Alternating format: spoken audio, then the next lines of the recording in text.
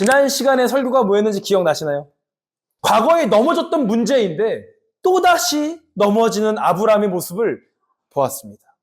그런데도 하나님은 같은 문제 앞에 넘어지는 아브라함에게 호통을 치시거나 정죄하시거나 하지 않으시고, 하나님은 그의 삶을 여전히 지탱하시고 이끌고 계시는 모습을 우리는 보았다는 겁니다. 이것이 의미하는 것은 무엇이냐? 하나님 앞에서 실패하고 실수한 사람은 하나님께서 그를 실패한 낙오자라고 칭하시지 않는다는 겁니다. 그를 다시 한번 일으켜 세우셔서 순종의 길을 걸을 수 있도록 격려하시고 다시 사명의 길로 불러주시는 분이 우리 하나님이시라는 겁니다. 그리스도인들은요, 어떠한 어려움 앞에서 넘어지지 않는 삶이 아닙니다. 모든 문제를 거뜬하게 뛰어넘는 삶이 그리스도인들의 삶이 아니에요.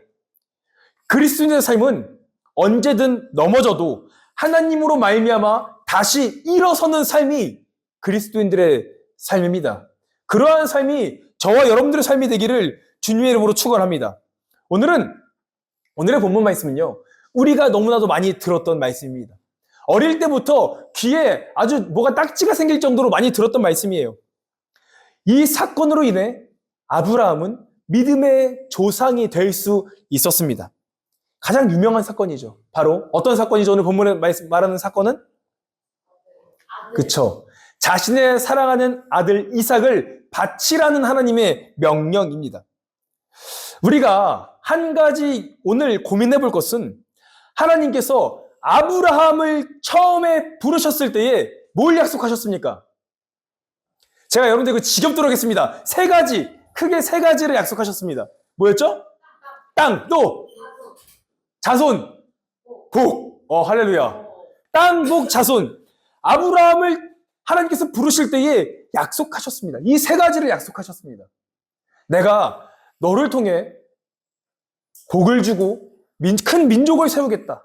하나님께서 약속하셨습니다. 결국 이 세 가지 약속이 의미하는 것은 뭐냐? 내가 너의 민족을 창대하게 하리라는 약속입니다.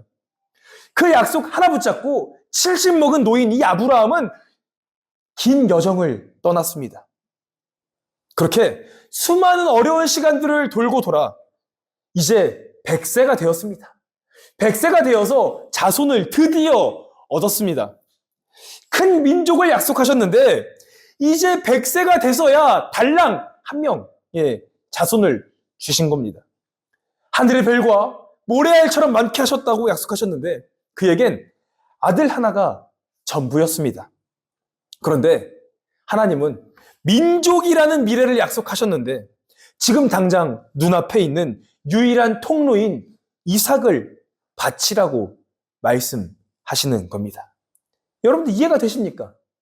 큰 민족을 약속하셨는데 그 민족을 이어가려면 자식이 필요한데 유일한 자식을 하나님께 바치라고 말씀하시는 거예요. 이해가 되지 않죠?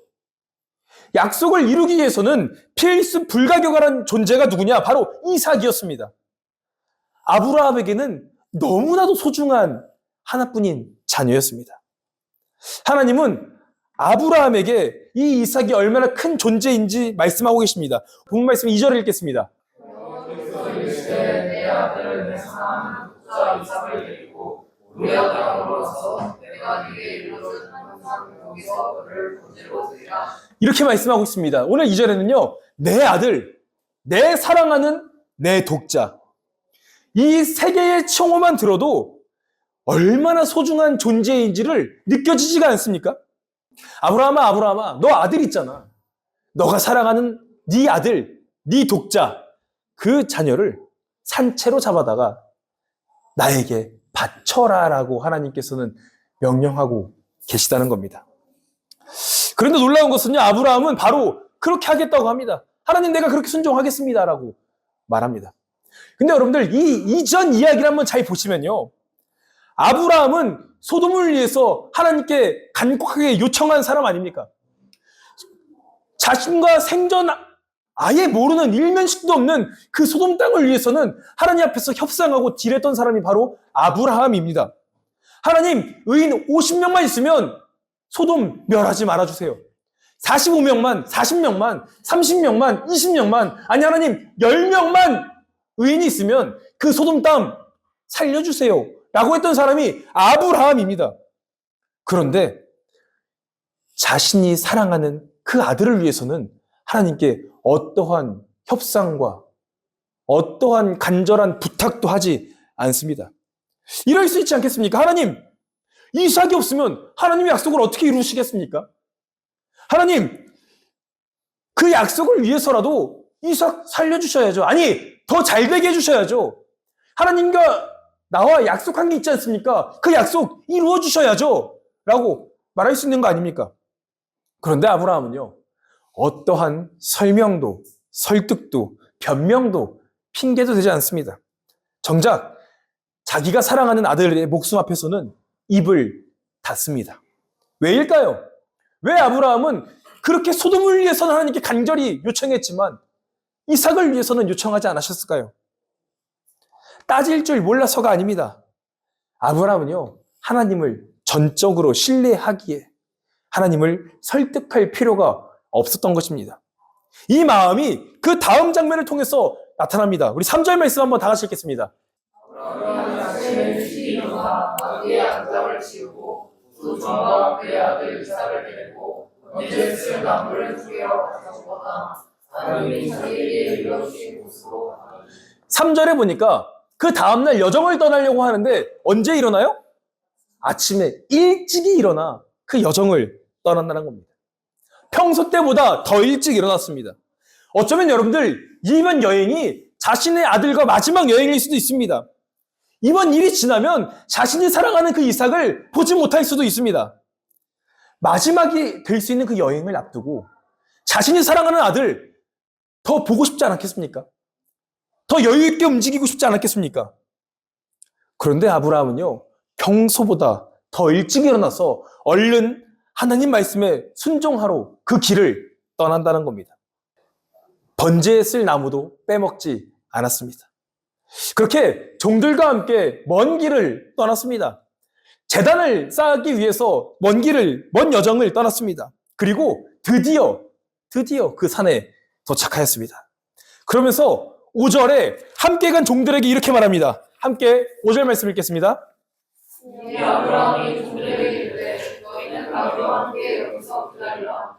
내가 아이와 함께 여기 가서 예배하고 우리가 너희에게로 돌아오리라 하고.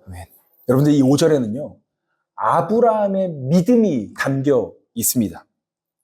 자세히 보면요, 그가 하나님 앞에서 어떠한 설득도 하지 않고 아침 일찍 일어나 출발한 이유를 우리는 여기서 알 수 있습니다. 무엇입니까? 여기서 5절에서 말하고 있는 게 뭐예요? 내가 아이와 함께 가서 저기 가서 예배하고 우리가 너희에게로 돌아오리라. 이 고백이 아브라함의 믿음이라는 겁니다. 아브라함에게 있어서 이 이삭은요, 죽으러 가는 재물이 아니었습니다. 하나님과 함께 예배하고 함께 내려올 약속의 증거였다는 겁니다. 아브라함은 이러한 믿음이 있었어요. 내가 가서 내가 반드시 내 아들과 돌아오겠다. 이 믿음이 그에게 있었다는 겁니다. 아브라함은 자신의 삶에서 깨달은 것이 있습니다. 그것은 뭐냐? 어떤 상황과 환경 속에서도 우리 하나님은 약속을 한 번도 어기신 적이 없다는 겁니다.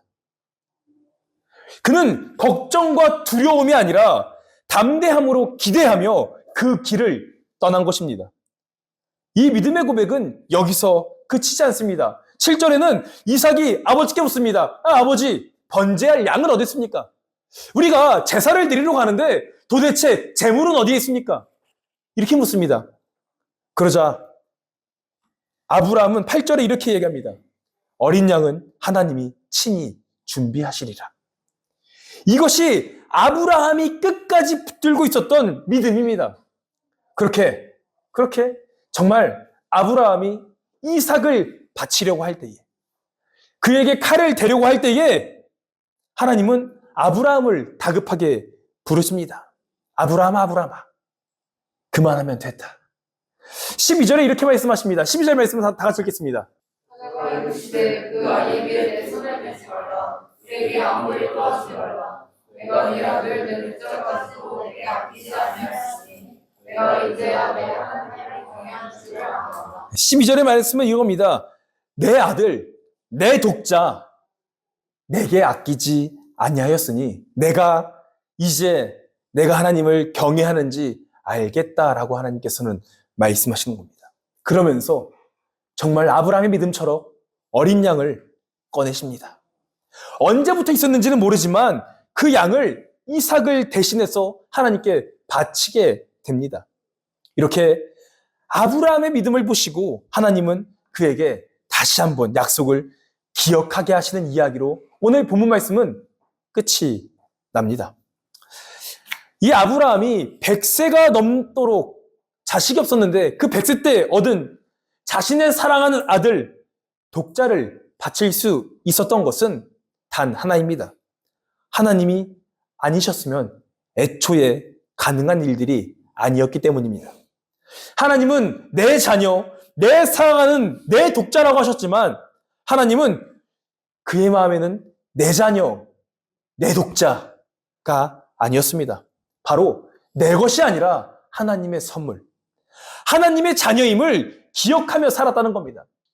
자기에게 가장 소중한 자녀였지만 내 것이 아닌 하나님의 선물이자 하나님의 자녀이기에 하나님이 하실 것이라는 그 믿음이 그에게 있었다는 겁니다.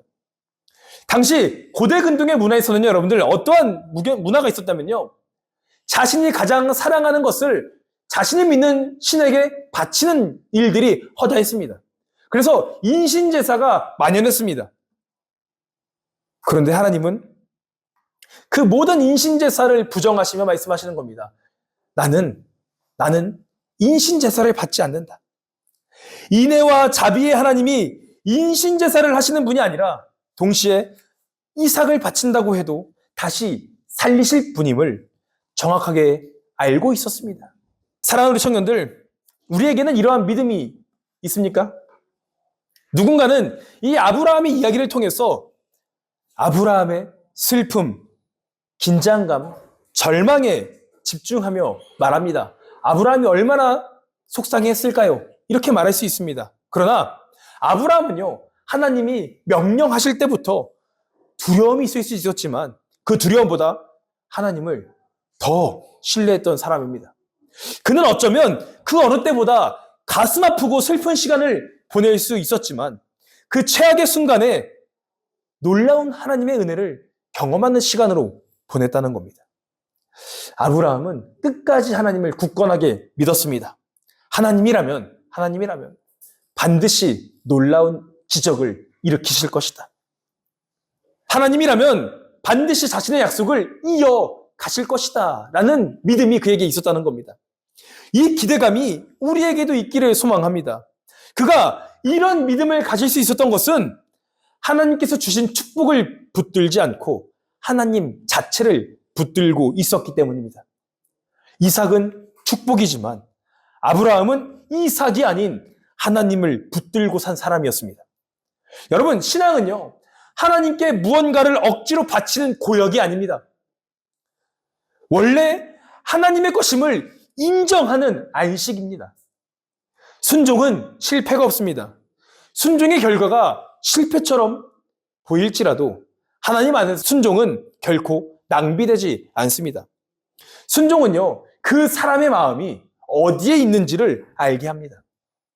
순종하는 자에게는 하나님의 은혜를 경험할 기회가 오게 됩니다. 하나님은 오늘도 여러분들에게 물으십니다. 내가 나를 믿느냐? 아니면 내가 준 것을 붙들고 살고 있느냐? 하나님은 우리에게 말씀하십니다. 우리도 마찬가지 아닙니까? 하나님께서 우리에게 주신 축복들이 있습니다. 하나님께서 여러분들에게 주신 이삭이 있습니다. 돈이 될 수도 있고요. 관계가 될 수도 있고 미래가 될 수도 있습니다. 직업이 될 수도 있습니다. 그리고 우리는 그것을 붙잡고 살아가죠. 돈이 없으면 불안합니다. 관계가 흔들리면 무너집니다. 미래가 보이지 않으면 두려움이 닥칩니다. 왜 그렇습니까? 그것이 우리의 전부가 되었기 때문입니다. 하나님께서는 우리에게 축복으로 주신 건데 우리는 어느 순간 그것을 하나님으로 섬기고 살 때가 있다는 겁니다. 마치 그것이 없으면 내 인생에 큰 환란이 올 것처럼 생각한다는 겁니다. 우리는 하나님께서 주신 축복을 내 삶의 전부인 것처럼 붙들고 살아갈 때가 있다는 겁니다. 그런 우리에게 하나님은 오늘날 물으십니다. 너가 진 것이 너의 하나님이냐? 아니면 내가 너의 하나님이냐? 아브라함은 그 질문 앞에 선택한 겁니다. 하나님, 이삭은 나의 것이 아니라 하나님의 것입니다. 그러니 하나님을 위해 내가 순종하겠습니다.